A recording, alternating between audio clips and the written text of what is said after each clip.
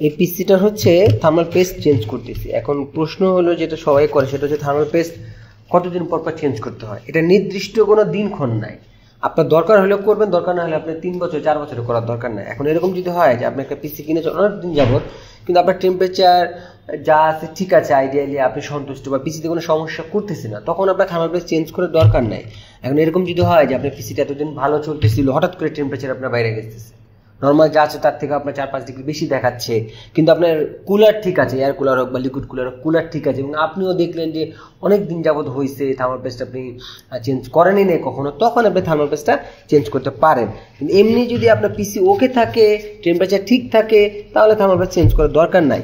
আরেকটা কথা হচ্ছে, থার্মাল পেস্ট কিনতে হয় অনেকে মনে করে কি যে 50 টাকা 60 টাকা হলে বা 20 টাকা দামের প্যাকেটে ওই থার্মাল পেস্ট লাগালে হয়, এটা অনেকের ধারণা। হ্যাঁ, আপনার যদি এরকম হয় যে অনেক ব্যাকডেট একটা প্রসেসর, ধরেন i3, i5, 6 জেন 7 জেন, তাহলে আপনি হয়তো বা দিতে পারেন, বা কুলার একটা নর্মাল কিন্তু স্টক কুলার।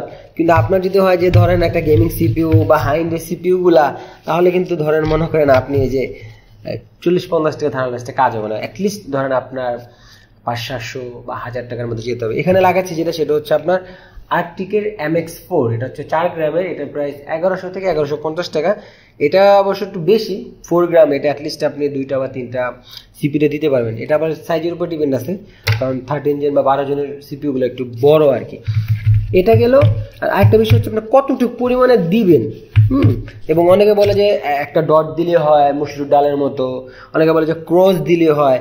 আমার কথা হচ্ছে কি, আপনি যেভাবে হোক দেন, বেশিও দেওয়া যাবে না, কমও দেওয়া যাবে না, আপনার যতটুকু প্রয়োজন ততটুকু। এই প্রসেসরটা যতটুকু দেওয়া ছিল খুব বেশি ছিল। যদি ধরেন AMD প্রসেসরগুলো হয়, AM4 বা AM5 যেটাই হোক, এটা খুব একটা বেশি বড় হয় না। ইন্টেলের 13 জেনগুলো আপনি হচ্ছে মিডলে একটা দিতে পারেন, আর উপরে এবং নিচে একটু ছোট করে 2টা ডট দিতে পারেন।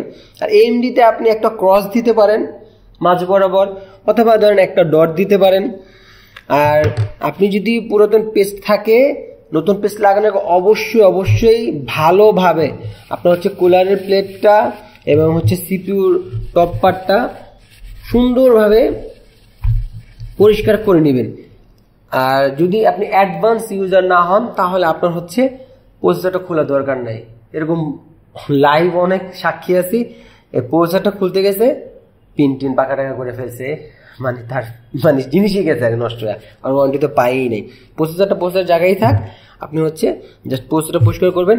আর পরিষ্কার করার পর হচ্ছে আপনার আইসোপ্রোপাইল অ্যালকোহল পাওয়া যায় 90%, কিন্তু ওগুলো খুব একটা আমাদের দেশে অ্যাভেলেবেল নাই, না দেন।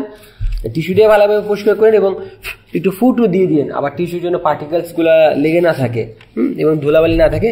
আর চেষ্টা করবেন কখনোই যেন প্রসেসরের উপরে হাতের স্পর্শ না লাগে, বিশেষ করে যাতে হাত ঘামে, এটা একটু সেন্সিটিভ। হ্যাঁ, এটা দিয়ে দেবেন। আমি হচ্ছে এটাতে একটা ক্রস দিয়ে দেওয়ার চেষ্টা করতেছি, যদিও এগুলা শোয়া নিলে ভালো হয়। এখন হচ্ছে আমি এইটা লাগিয়ে দিতেছি, ওই যে কাভারটা, হ্যাঁ, এটা লাগিয়ে দিলেই হয়ে গেল আর কি।